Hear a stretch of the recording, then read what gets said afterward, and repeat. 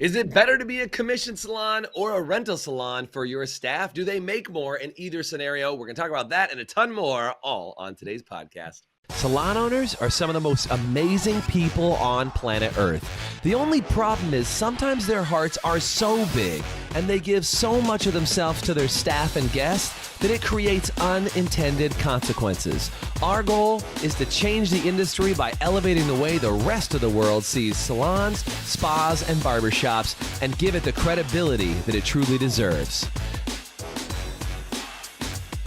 This is the Salon Owner Evo Revo Show.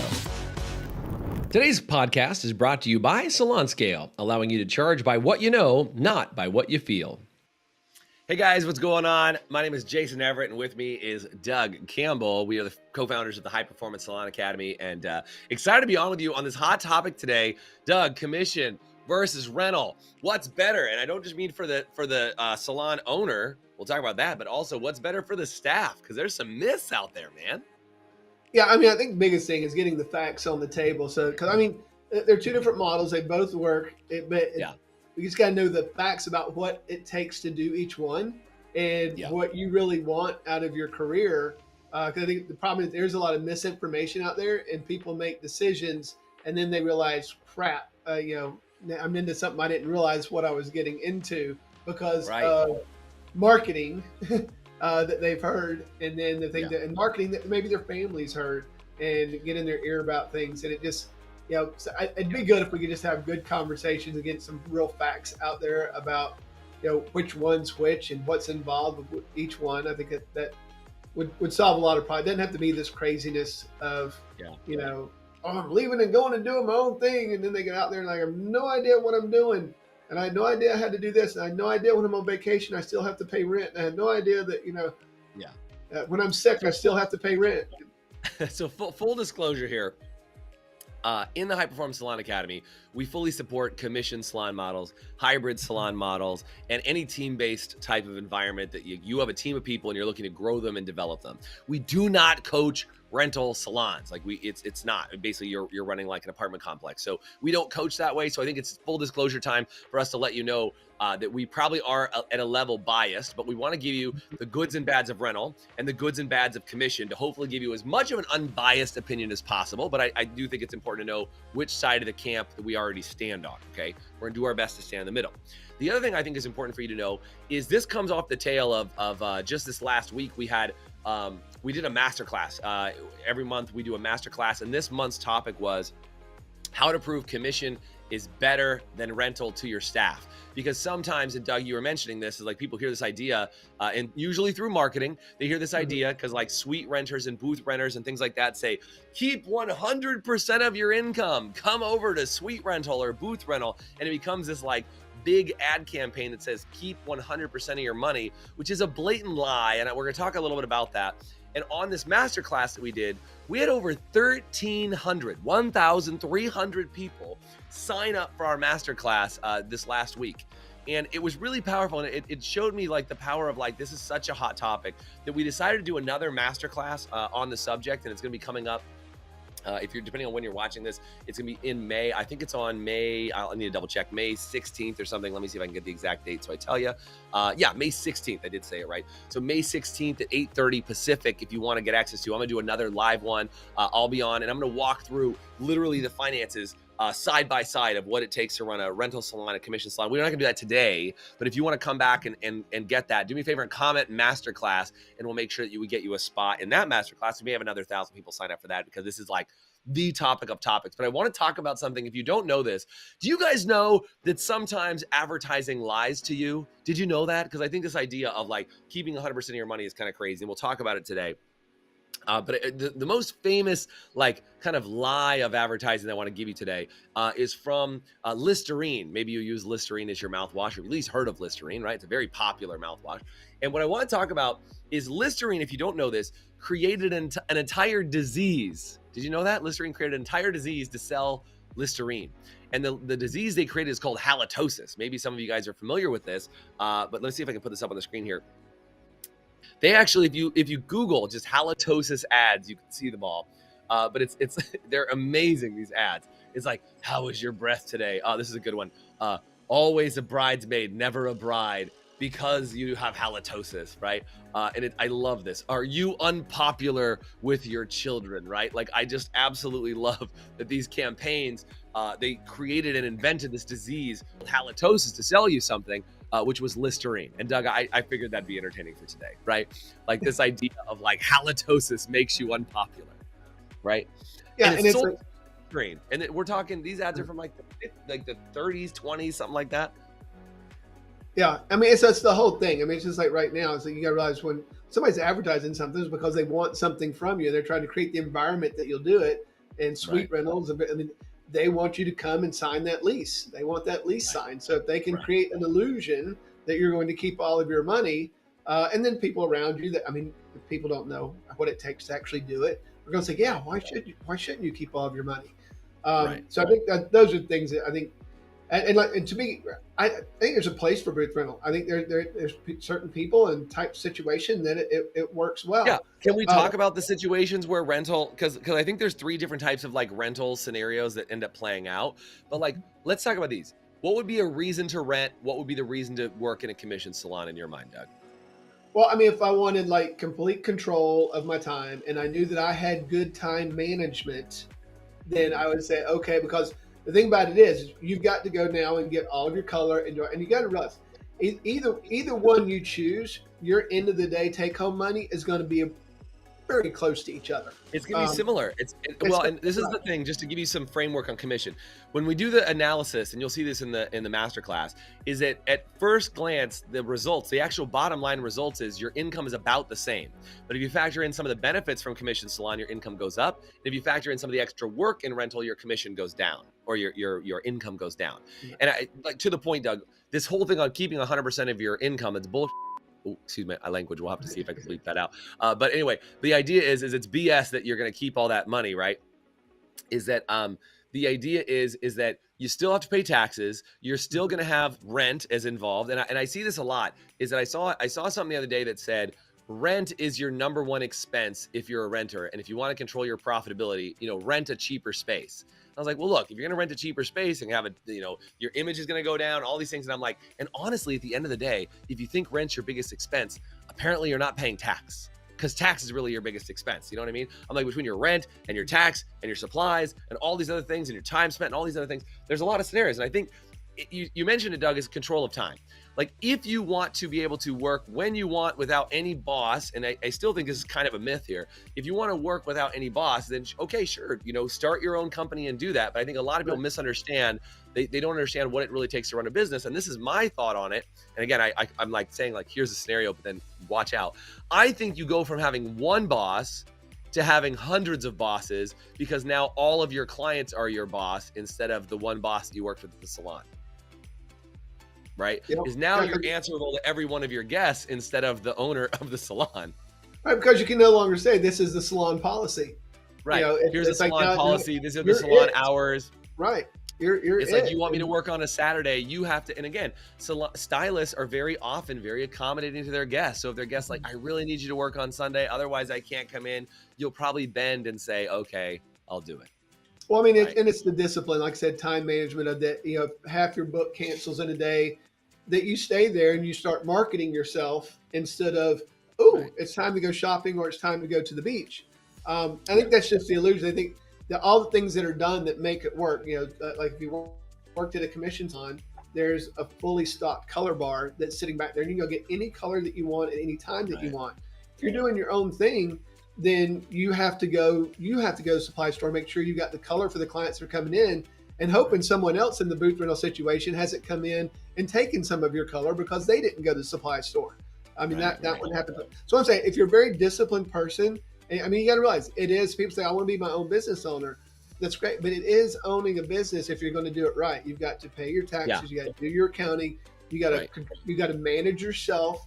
You got to say, am I willing to? Yes, I can be flexible when I'm doing hair, but am I willing to put in the other hours that it's going to take, getting my To really run supplies, the business. doing my accounting, doing the other thing, doing my marketing, doing all those things that you need to do. And if you are that person, then great. And what's funny is usually whenever people do really good and they say like, wow, I really got this down, is one of the things that we talked about. It's defining the circle. They go back and they say, I could open a commission-based salon. I could create a Right. team and we could do this together. And so it's like, Right. And so, yeah, I was gonna say there's basically 3 ways that people go into rental, and I think this is really important. Is like people leave and think they have like an entrepreneurial seizure. Hey, I'm gonna be in business for myself. And there are people, and again, Doug, you mentioned it. The number one person who goes into rental, not the most of them, but this is one type of person, right? Is that somebody goes into rental environment and goes, wow, I think I'm actually pretty good at running a salon, and they leave from rental and open a commission salon, right? Is they go back to like, I'm gonna build a team and do this for real, and that's great. We love people like that. We have a lot of people like that in our academy that they said, hey, I rented for a while and then I went and started a commission salon, and that's fantastic. But if you want to build lasting wealth, that's where the commission salon comes in. So you want freedom of your schedule and not be told what to do, that's great. But if you want to be able to build real wealth, that comes from creating a commission salon. So number one is they realize that they are good at running a business and they start a commission salon. Number two is the renter who goes off on their own and they kind of plateau. Like this happens a lot. Is they're like, well, hey, I had $60,000 a year in business and I leave and I keep that 60,000, or we could be 100,000, or it could even be more than that. But they kind of plateau as they maintain their exact same level of income for a long time.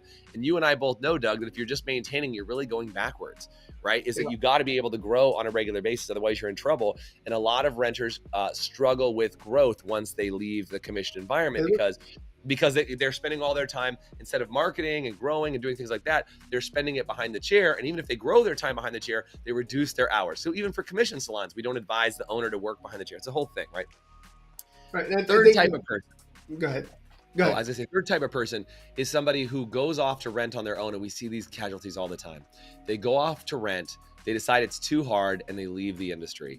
Because they're like, you know what, if this was the goal. And I think, honestly, Doug, I think sometimes beauty schools, shame on you for doing this, is you teach people that owning your own business and becoming a renter is the goal. And shame on you, the salon owners that have endorsed the same idea. And I see this in salons, and it makes me sick, is that salon owners that go, well, hey, I put them on, hourly or on commission until they build up their book of business enough so they can just rent from me.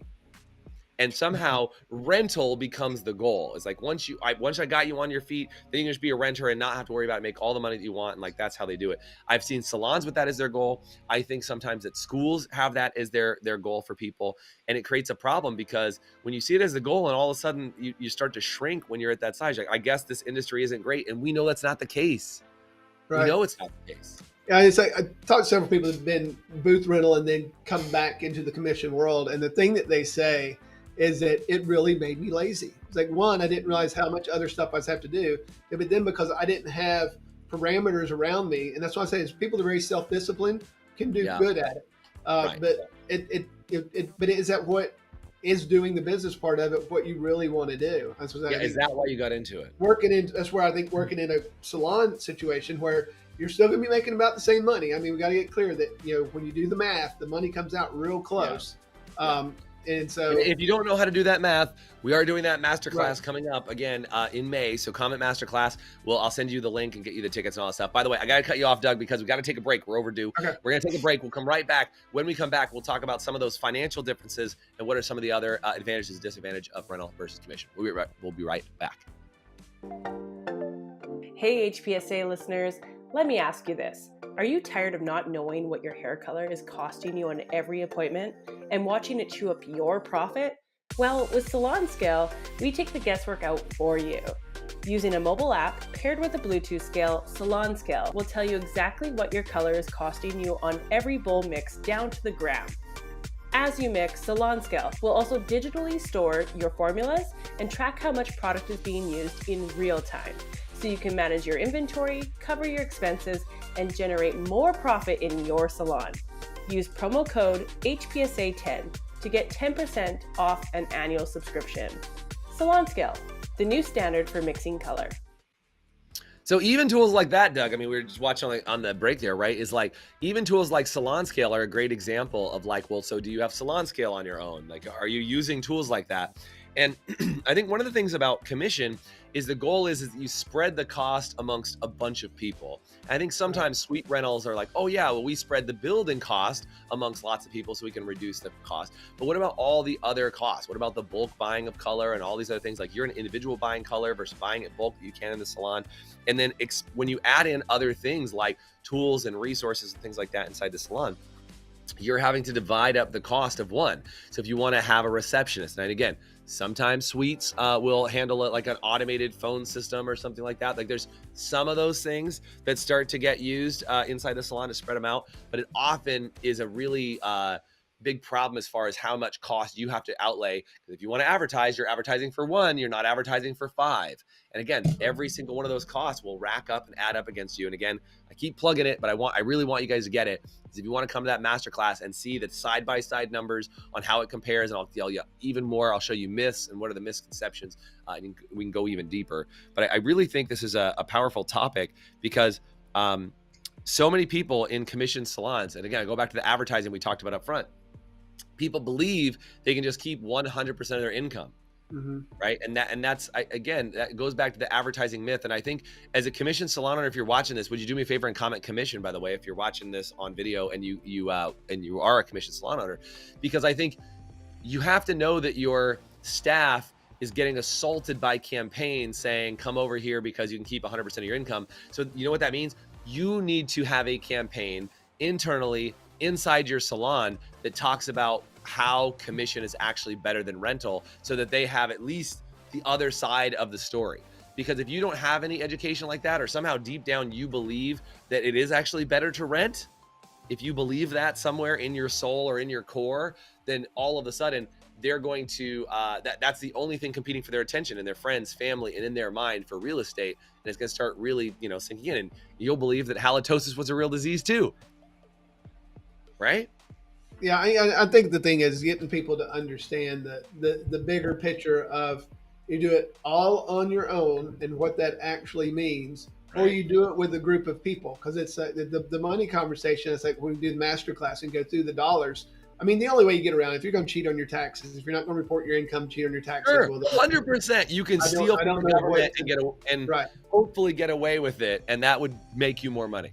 And somebody, their books, like they go into booth rental, they don't know what everything's a hot mess. They're just trying to stay up with stuff, just waiting to one day get audited, and they just legitimately don't know. Instead of working in a commission environment where they're working with a team, have most everything that they need supplied for them, advertise supply with steady flow of clients. As one of the interesting things too that I think people don't take into account, and I find this at just about any level of stylist, they believe when they go booth rental that everybody's going to come with them. Yeah, this is really interesting. Yeah, it's I don't care who it is. It's just something. It happens. Well, they believe that person is only there because of them. Has nothing to do with the salon. Right. At about 20%, because generally, and this is across the board, it's that there's 20% of your clientele that has been looking for a reason to divorce you, and they just couldn't. When you leave, I want to go to somebody else. I've been with her a while, and I like her, and she kind of intimidates me. So, I don't want to. She's way cooler than I am. I can't back. And she does pretty good work, and but I'd really kind of like to. And then you leave, and you go somewhere else, and you give them the perfect excuse to divorce you. And people's like, I don't understand what happened with those people. And then also, people are coming for an environment. They want to come into an environment where they feel like there's a team working. And in the booth rental section, you don't know what the environment is. You don't know what kind of music the person next to you is going to play, or what they're going to be dressed like, and there's no way to control it. So I mean, it's like, Doug, you bring up a great point. I don't know if I've ever mentioned this to you before, but like, when I was younger, I had a stylist who worked in a regular commission salon, and I remember she slipped me her number one day. Like, it was very odd that she slipped me her number. She was like, "Hey, just in case you want to book, next time you can just call me directly." And I was like, "Oh, okay, good to know." And she slipped me her number. And then when I texted her or called her, whatever, she's like, "Oh yeah, I'm actually going to another salon, over here in this part of town and whatever." And I remember the first time I walked into the door of that other salon, and it was not so awesome. I walked in the door of that salon and there was nobody in there. It felt like a ghost town. And because again, a lot of times if you have freedom of time, you're like, well, I only work on Tuesdays. I only want to work that one day or 2 days. So the salon didn't feel busy. It was sometimes there'd be one other guest getting their hair done there, and the environment was completely different than the nice pro salon that I had been going to with this person. I switched over to this other salon, and I was like, it wasn't my favorite. And to your point, I probably got my hair cut there for the next 3 years before I found an excuse to leave that gal, because I was like, I never liked it there. I didn't like it there. And I just didn't know how to appropriately break up with that stylist. And it was like, I even stayed for a while. And then I was like, I found an opportunity. Like, I don't remember if I moved, my job was somewhere different. And I was like, oh, sorry, it's just not going to work because my job doesn't let me have this time. It was something random, you know? And this is the other thing. The interesting thing about that was I had worked with that stylist because they were available on the days that I needed. And when they started running their own schedule, they would say, oh, you can only book me on Thursdays now. And I was like, well, that doesn't really work for me. Like, and again, it's another reason to leave that stylist. And I think that's kind of the most underrated thing is that the commission salons, like, I know this is going to sound crazy, but hopefully your commission salon and you're like, yeah, Doug and Jason, yeah, right. But like the idea here is that the commission salon is actually designed to protect the stylist from themselves and from the guest. Yep. I'll say that again. A commission salon is designed to protect the stylist from themselves and the guests, or the stylist, or the stylist from the guests, because the stylist would just be the guest would be super demanding on the stylist time. And then the commission salon is the intermediary. And then same thing, the stylist may not be able to manage their time very well or manage the rest of the business. So that's part of it. So I think if you want to be in an environment where you want to thrive as a stylist, you might, and I'll leave you on this last thought because we're coming to the end of the podcast today. But I think one of the things is, if you're a stylist and you really want to do incredible hair and you want a place to grow, a commission salon can be one of the best places for you to be. But I want to leave you on this final thought. I was just doing a video about this yesterday. People don't leave salons. They leave salon managers. And that could be you as the owner. It could be the manager of your salon. And here's what happens. They run out of salon future, meaning they no longer see a path towards success or haven't been properly communicated their path to success inside your commission salon.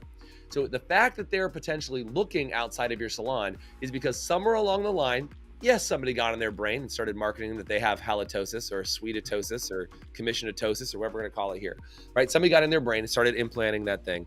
But then they had to take a long, hard look and say, is my future better here or is it better somewhere else? And for you as a salon owner that have had lost people, and Doug, I know you've lost people before, and I know other salons in our academy have lost people. I don't mean to punch anybody in the face by saying this, but like, if you've lost people, and by the way, me as a business owner, I've lost people too that have left, and I'm like, what the hell? It's because they ran out of future.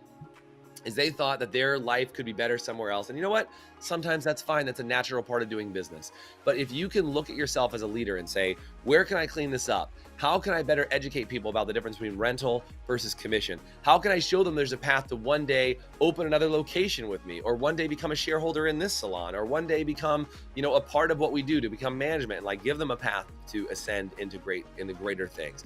I think it makes a huge difference inside the salon when you communicate those things. So just be aware of those symbols, be aware of what's going on. And again, if you want to see the like side-by-side, dollar for dollar example, we're doing that in that masterclass, a comment masterclass. If you haven't commented, I told you 15 times to comment during this podcast. So comment masterclass, and I'll give you access to the full side-by-side breakdown that you can use to actually have a better conversation with your staff to make sure they don't even consider rental. And Doug, do you want to mention, I hope it's okay that I prompt you on this. Do you want to mention what you talked about during the onboarding process? Because I think we're going to be implementing this inside the academy over the next couple of weeks. And I think it's good to just see the idea. I think at the onboarding, I mean, we sit down at each level getting the breakdown of booth rental versus commission at each level in the salon, so that they can see it. I mean, I think let's just go ahead and have the real conversation.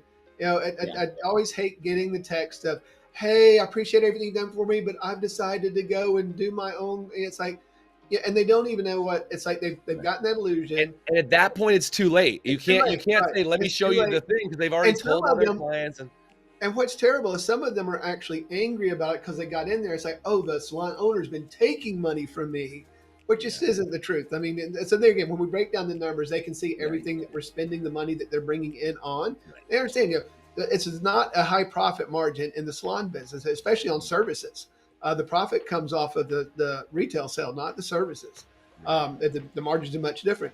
But I think having that conversation up front, let's talk about the white elephant in the room and get that conversation.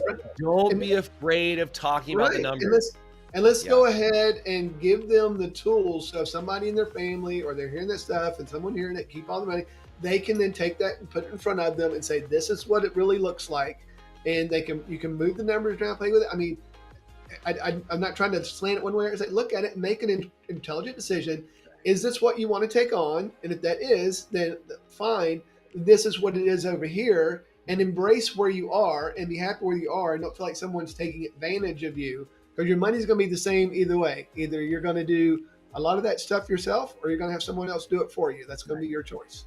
So guys, I hope we answered the question, is it better commission or rental? I think the answer is always, it depends. But obviously we lend towards commission for both the stylist and for the stylist and for the owner. I mean, the owner gets to build a team and the stylist gets to work on a team. We find that to be one of the most positive environments for creating growth. Rental tends to be a static or a neutral position or a shrinking position, which we don't want anybody to be in for any reason. We want ambitious, high energy people. And we know that ambitious, high energy people thrive around other ambitious, high energy people. And that's usually not the case. I get calls from renters all the time, or people who run sweet rental salons. They're like, how do I get my team? How do I get my renters to work together? I'm like, you don't, they're renters. You can't do that. It's illegal. Right. If you try to work like them as a team. So don't confuse the models. If you want them to act like a team, help them be a team, put them on the right business model. And in some states, for crying out loud, you might be thinking this is illegal. In some states, even do rental, because they know how many times that they get shafted on the taxes and all these other things. So hopefully it's been really helpful for you. If this was helpful, do me a favor and comment helpful. I'd love to know that this podcast did some good out there in the universe for commission salons. And again, if you want the masterclass, comment masterclass, I'll give you the information. I hope you guys always enjoy our podcast. We've hit some record numbers of subscribers, and we'd really appreciate your endorsement by leaving us a review on our podcast by going on to Spotify or Pandora or Apple Podcasts or anywhere that you can find the podcast and actually give us a review. It's really helpful and helps other people find our podcast, learn more about it. We've been doing this. We're almost 100 episodes in here, and we can't wait to do even more great quality give content like this. Thank you guys so much for being here. Have a good one. Thanks, Doug. Later, guys. Thanks for listening to the Evo Revo podcast. Today's podcast was brought to you by Salon Scale, allowing you to charge by what you know, not by what you feel. Please subscribe, leave us a review, and you can always get more information, including show notes and the video episodes at evorevopodcast.com.